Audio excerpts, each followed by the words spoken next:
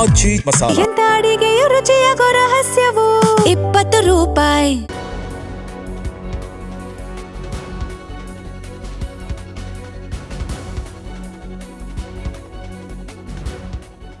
ಮಳೆಗಾಲದ ಅಧಿವೇಶನಕ್ಕೆ ಸಂಸತ್ ಜುಲೈ 20ರಿಂದ ಸಿದ್ಧತೆ ನಡೆಸಿರುವ ಸಂದರ್ಭದಲ್ಲಿ ಬಜೆಟ್ ಅಧಿವೇಶನದ ವೇಳೆ ಸಂಸದರ ಹಾಜರಾತಿ ವಿಚಾರ ಗಮನ ಸೆಳೆದಿದೆ. ಕರ್ನಾಟಕದ 2 ಲೋಕಸಭಾ ಸದಸ್ಯರು ಕಡಿಮೆ ಹಾಜರಾತಿಯ ಪಟ್ಟಿಯಲ್ಲಿ ಕಾಣಿಸಿಕೊಂಡಿದ್ದಾರೆ. ಕಲಬುರಗಿ ಕ್ಷೇತ್ರವನ್ನ ಪ್ರತಿನಿಧಿಸುವ ಕಾಂಗ್ರೆಸ್ ಸಂಸದ ರಾಧಾಕೃಷ್ಣ ದೊಡ್ಡಮನಿ 31 ಸಭೆಗಳಲ್ಲಿ ಒಂದಕ್ಕೂ ಹಾಜರಾಗದೆ ಶೂನ್ಯ ಹಾಜರಾತಿ ದಾಖಲಿಸಿದ್ದಾರೆ.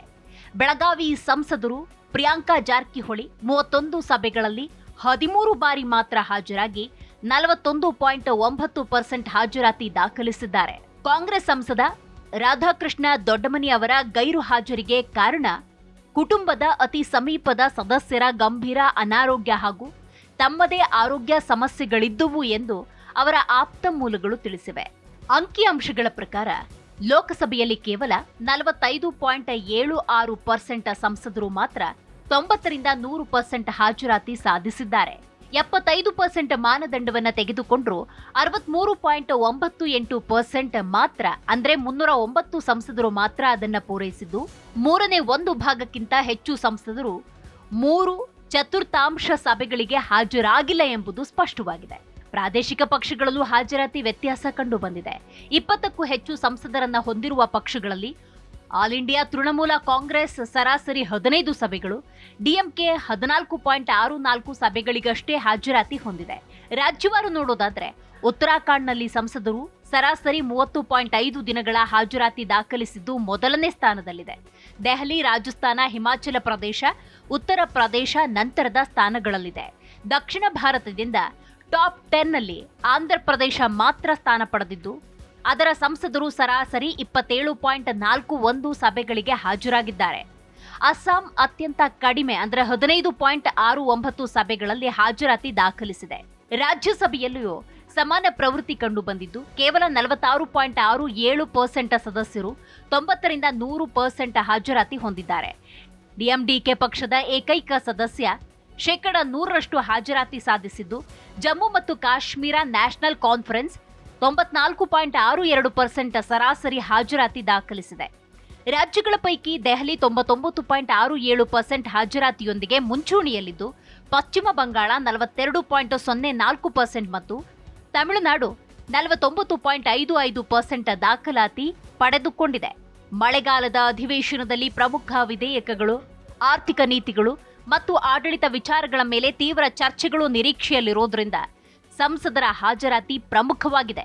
ಹಾಗಾದ್ರೆ ಕರ್ನಾಟಕದ ಸಂಸದರ ಹಾಜರಾತಿ ಎಷ್ಟಿದೆ ನೋಡೋದಾದ್ರೆ, ಬೆಂಗಳೂರು ಗ್ರಾಮಾಂತರ ಕ್ಷೇತ್ರದ ಡಾಕ್ಟರ್ ಸಿಎನ್ ಮಂಜುನಾಥ್, ಚಿಕ್ಕಬಳ್ಳಾಪುರ ಕ್ಷೇತ್ರದ ಡಾಕ್ಟರ್ ಕೆ ಸುಧಾಕರ್, ಹಾಸನ ಕ್ಷೇತ್ರದ ಶ್ರೇಯಸ್ ಎಂ ಪಟೇಲ್ 90% ಹಾಜರಾತಿ ಹೊಂದಿದ್ದಾರೆ. ಬೆಂಗಳೂರು ದಕ್ಷಿಣ ಕ್ಷೇತ್ರದ ತೇಜಸ್ವಿ ಸೂರ್ಯ, ವಿಜಯಪುರ ಕ್ಷೇತ್ರದ ರಮೇಶ್ ಜಿಗಜಿಣಗಿ, ಉಡುಪಿ ಚಿಕ್ಕಮಗಳೂರು ಕ್ಷೇತ್ರದ ಕೋಟಾ ಶ್ರೀನಿವಾಸ್ ಪೂಜಾರಿ 87% ಹಾಜರಾತಿ ಹೊಂದಿದ್ದಾರೆ. ಇನ್ನು ಬೆಂಗಳೂರು ಕೇಂದ್ರ ಪಿಸಿ ಮೋಹನ್, ಕೋಲಾರ ಕ್ಷೇತ್ರದ ಮಲ್ಲೇಶ್ ಬಾಬು 83.8% ಹಾಜರಾತಿ ಹೊಂದಿದ್ದಾರೆ. ಬೆಳಗಾವಿ ಸಂಸದರು ಜಗದೀಶ್ ಶೆಟ್ಟರ್, ರಾಯಚೂರು ಸಂಸದರು ಕುಮಾರ್ ನಾಯ್ಕ್ 80.6% ಹಾಜರಾತಿ ಹೊಂದಿದ್ದಾರೆ. ಬೀದರ್ ಕ್ಷೇತ್ರದ ಸಾಗರ್ ಖಂಡ್ರೆ, ಸಂಸದರಾಗಿರುವಂತಹ ಯದುವೀರ್ ಕೆಸಿ ಒಡೆಯರ್, ಮೈಸೂರು ಕೊಡಗು ಕ್ಷೇತ್ರದ ಸಂಸದರು ಯದುವೀರ್ ಕೆಸಿ ಒಡೆಯರ್ 74% ಹಾಜರಾತಿ ಹೊಂದಿದ್ದಾರೆ. ಪಿಸಿ ಗದ್ದಿಗೌಡರ್ ಬಾಗಲಕೋಟೆ ಕ್ಷೇತ್ರ 70.9% ಹಾಜರಾತಿ ಹೊಂದಿದ್ದಾರೆ. ದಾವಣಗೆರೆಯ ಸಂಸದರು ಡಾಕ್ಟರ್ ಪ್ರಭಾ ಮಲ್ಲಿಕಾರ್ಜುನ್, ಹಾವೇರಿಯ ಬಸವರಾಜ ಬೊಮ್ಮಾಯಿ 67.7% ಹಾಜರಾತಿ ಪಡೆದುಕೊಂಡಿದ್ದಾರೆ. ಚಾಮರಾಜನಗರದ ಸುನೀಲ್ ಬೋಸ್ 64.5% ಹಾಜರಾತಿ ಹೊಂದಿದ್ದಾರೆ. ಚಿತ್ರದುರ್ಗದ ಗೋವಿಂದ ಕಾರಜೋಳ, ಶಿವಮೊಗ್ಗದ ಬಿವೈ ರಾಘವೇಂದ್ರ 61% ಹಾಜರಾತಿ ಪಡೆದುಕೊಂಡಿದ್ದಾರೆ.